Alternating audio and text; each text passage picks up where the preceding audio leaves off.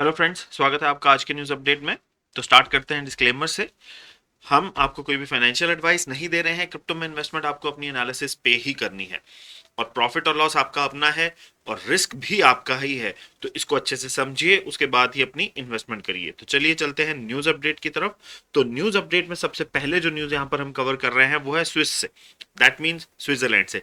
तो स्विट्जरलैंड का जो सेंट्रल बैंक है उन्होंने अपने सीबीडीसी का एक होलसेल टेस्ट जो है वो भी कर लिया। तो होलसेल टेस्ट मतलब ये हुआ कि बैंकिंग के साथ ही सीबीडीसी टेस्ट उन्होंने कर लिया है। दैट मीन्स कि जितनी भी इंटरनेशनल ट्रांजैक्शंस अगर किसी भी बड़े बैंक्स में हो रही हैं, उन्होंने 5 बड़े बैंक्स को इंक्लूड किया अपने इस टेस्ट में।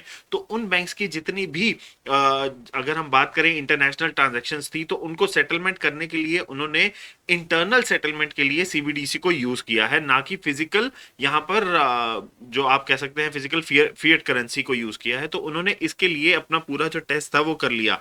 अगर बैंकों की बात करें तो उन्होंने काफी बड़े बड़े बैंकों को यहाँ पर जो इस टेस्ट में रखा हुआ था, सिटी बैंक था, क्रेडिट स्विस था, जो उनके बड़े बैंक हैं। यहाँ पर गोल्डमैन सैश को रखा था, वो भी एक बहुत बड़ा नाम है। यहाँ पर हाइपोथेकर बैंक है और उसके साथ साथ यूबीएस को भी रखा है।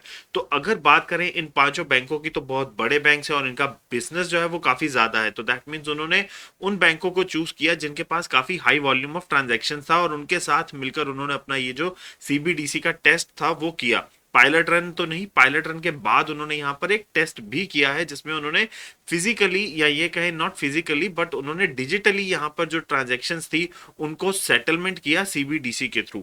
अगली न्यूज की बात करें तो बीबीटीवी, ये बीबीटीवी जो है ब्रॉडबैंड टीवी, ये एक काफी बड़ा एक जो एक तरीके से आप कह सकते हैं कंपनी है, यहाँ पर कैनेडियन कंपनी है जो टीवी टीवी के ऊपर प्रोडक्शन और बाकी सारी जितनी भी प्रेजेंटेशन एंड ऑल के ऊपर काम करती है। तो उन्होंने यहाँ पर अपना क्रिप्टो पेमेंट सोल्यूशन जो है उसको जो यूज करने के लिए उन्होंने बोल दिया है कि इस साल से अब वो जितने भी उनके क्रिएटर्स हैं उनको वो डिजिटल पेमेंट्स भी देंगे। दैट मीन्स कि वो डिजिटल एसेट्स में उनको पेमेंट देंगे, जो भी ऑप्ट करेगा इन 3 कैटेगरीज में से, बिटकॉइन, इथेरियम और यूएसडीसी। तो इन तीनों में उन्होंने अलाउ कर दिया है अपने क्रिएटर्स को पेमेंट के लिए। दैट मीन्स कि क्रिएटर अगर कोई भी अपना कंटेंट क्रिएट करके बीबीटीवी को देता है तो बीबीटीवी उनको या तो कैश में पेमेंट दे सकता है, दैट मीन्स फिएट करेंसी में, यूएस डॉलर में, या वो क्रिएटर्स जो है ये भी ऑप्ट कर सकते हैं कि वो बिटकॉइन, ईथर या यूएसडीसी में से किसी एक में पेमेंट ले सकते हैं। अगली न्यूज की बात करें तो टोंगो जो है वो एल सल्वाडोर के नक्शे कदम पर चलने वाला है और उन्होंने अपना जो बिल है वो प्रिपेयर करना तैयार कर दिया है, जो कि लीगल टेंडर बनाएगा बिटकॉइन को टोंगो में।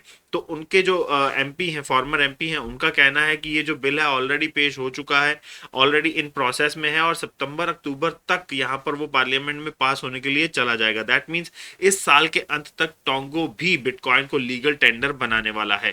पाकिस्तान की बात करें तो वहां से एक न्यूज आ रही है कि पाकिस्तान का जो सेंट्रल बैंक है वो हो सकता है क्रिप्टो को बैन कर दे। इसके लिए वो बात जो है वो एक तरीके से यहाँ पर वो बात चल रही है कि क्रिप्टो को बैन कर देना चाहिए। लेकिन आपको पता है जब तक ऐसी चीजें हो नहीं जाती हैं आप कुछ भी नहीं कह सकते हैं उसके ऊपर। अब अगली न्यूज की बात करें तो हम काफी देर से कहते हैं कि चाइना ने क्रिप्टो बैन कर दिया, लेकिन एनएफटी के बीच में यहाँ पर एनएफटी की अडॉप्शन काफी ज्यादा हो रही है चाइना में। तो अब यहाँ पर एक और न्यूज आ रही है कि चाइना एम कर रहा है कि वो एनएफटी को अलग कर दे क्रिप्टो से। तो उनके अकॉर्डिंगली वो चाहते हैं कि भाई जो उन्होंने क्रिप्टो के ऊपर अपना क्रैकडाउन लगाया है उसमें वो एनएफटी को ना इंक्लूड करें और एनएफटी के ऊपर क्रैकडाउन होने से पहले ही एक नया लॉ लेके आए कि भाई एनएफटी अलग है, क्रिप्टो अलग है। तो वो ऐसा करना चाहते हैं सो दैट कि आने वाले टाइम पर वो एनएफटी में, मेटावर्स में अपने पैर पसार सकें, क्योंकि टेक्नोलॉजिकली आपको भी पता है कि टेक्नोलॉजी के मामले में चाइना ऐसा है कि भाई एक चीज निकालो तो वो 100 निकाल देते हैं। तो इसी मामले में एनएफटी और मेटावर्स में भी वो ऐसा कर सकते हैं। तो इस केस में वो एनएफटी को अलग रख रहे हैं और क्रिप्टो को बैन करके बैठे हुए हैं। अगली न्यूज की बात करें तो सेबा सीईओ, सेबा के जो सीईओ है, जो सेबा बैंक हमने बात करी थी कि वो अपना जो एक बड़े लेवल पर इंस्टीट्यूशंस को लेकर आना चाहते हैं, उनको एडिशनल जो इन्वेस्टमेंट्स हैं वो भी उनको मिल गई हैं। तो वो अब यहाँ पर उसके जो सीईओ हैं वो कह रहे हैं कि भाई 75,000 तक जा सकता है बिटकॉइन अगर जो इंस्टीट्यूशनल इन्वेस्टमेंट्स हैं वो बूस्ट कर दें बिटकॉइन को। तो उनके अकॉर्डिंगली अगर वो अपना बिजनेस ऐसे जो चला लें और नए इंस्टीट्यूशंस को ले आए, उनको इन्वेस्ट करने के लिए मना ले, तो उनके अकॉर्डिंगली बिटकॉइन 75,000 तक भी जा सकता है। अगली न्यूज यहाँ पर वीजा ने एक सर्वे किया है जिसमें उनके अकॉर्डिंगली 24% स्मॉल और मीडियम बिजनेसेस जो हैं वो प्लान कर रहे हैं कि वो क्रिप्टो पेमेंट्स को एक्सेप्ट करेंगे 2022 में। तो उनके अकॉर्डिंगली अगर ऐसा होता है तो कहीं ना कहीं जो 75,000 की अमाउंट सेबा बैंक के सीईओ ने दी है वो सही होती लगती है कि भाई अगर इतने सारे बिजनेसेस क्रिप्टो को एक्सेप्ट करेंगे तो यूजर बेस जो है जो यूजर्स हैं वो भी बढ़ेंगे और जो ट्रांजैक्शन वॉल्यूम्स हैं वो भी बढ़ जाएंगे। अगली न्यूज की बात करें तो बैंक ऑफ अमेरिका काफी बड़ा बैंक है यहाँ पर आप कह सकते हैं अमेरिका का, तो उन्होंने यहाँ पर बोला है कि भाई सोलाना जो है वो वीजा ऑफ क्रिप्टो बन सकता है। तो दैट मीन्स सोलाना के लिए ये काफी एक बड़ी स्टेटमेंट हो जाती है और सोलाना को इससे काफी हाइप मिल रही है यहाँ पर, और सोलाना जो है वो काफी गेन कर रहा है इस एक न्यूज की वजह से ही। अगली यहाँ पर न्यूज, कॉइनबेस ने फेयरएक्स को खरीद लिया। फेयरएक्स एक काफी नई यहाँ पर जो कंपनी थी वो बनी थी डेरिवेटिव्स की, मई 2021 में भी इसका लॉन्च हुआ था अभी रिसेंटली, तो उन्होंने उसको एक्वायर कर लिया और अब उन्होंने बोला है कि हम भी डेरिवेटिव्स की जो ऑफरिंग्स हैं वो कॉइनबेस के ऊपर देंगे क्योंकि हमने फेयरएक्स को यहाँ पर एक्वायर कर लिया है। अगली यहाँ पर न्यूज है कि पॉलिटिकल पार्टीज जो थाईलैंड की है वो चाहती हैं कि वो ऑपोजिशन जो अपनी रेस करेंगे गवर्नमेंट के प्लान को कि वो टैक्स लगाएंगे क्रिप्टो के गेन्स के ऊपर। दैट मीन्स जो क्रिप्टो के कैपिटल गेन टैक्स की बात हमने करी थी कि 40% वहां पर लग सकता है, तो उनका कहना है पॉलिटिकल पार्टीज का कि हम इसके अगेंस्ट में अपनी वॉइस जो है वो खड़ी करेंगे कि इतना टैक्स आप नहीं लगा सकते हैं। अगली न्यूज यहाँ पर कि जर्मन के जो ऑनलाइन बैंक है N26, तो वो भी अपनी जो उनकी जो अपनी बैंक की एप्लीकेशन है उसके अंदर वो क्रिप्टो की ट्रेडिंग को स्टार्ट करने की बात कर रहे हैं कि वो ट्रेडिंग बिजनेस को यहाँ पर अलाउ कर देंगे अपने कस्टमर को यूज करने के लिए इस साल में ही, और इनका जो प्लान आउट है वो उन्होंने कर दिया है यहाँ पर अपना कंट्री के अंदर। अगली न्यूज यहाँ पर स्ट्राइक जो एप्लीकेशन है वो अर्जेंटीना में लॉन्च हो गई है, लेकिन वहां पर उन्होंने सिर्फ यूएसडीटी की ही सपोर्ट रखी है, बिटकॉइन की सपोर्ट अभी तक नहीं दी है लॉन्च में।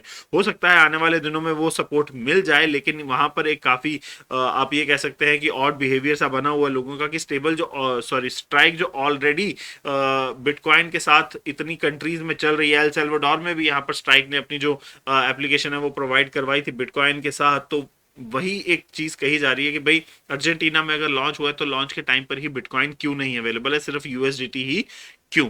तो आने वाले टाइम पर इसका भी आंसर जो है वो मिल जाएगा। तो फिलहाल के लिए यही हमारी आज की न्यूज अपडेट थी आपके लिए।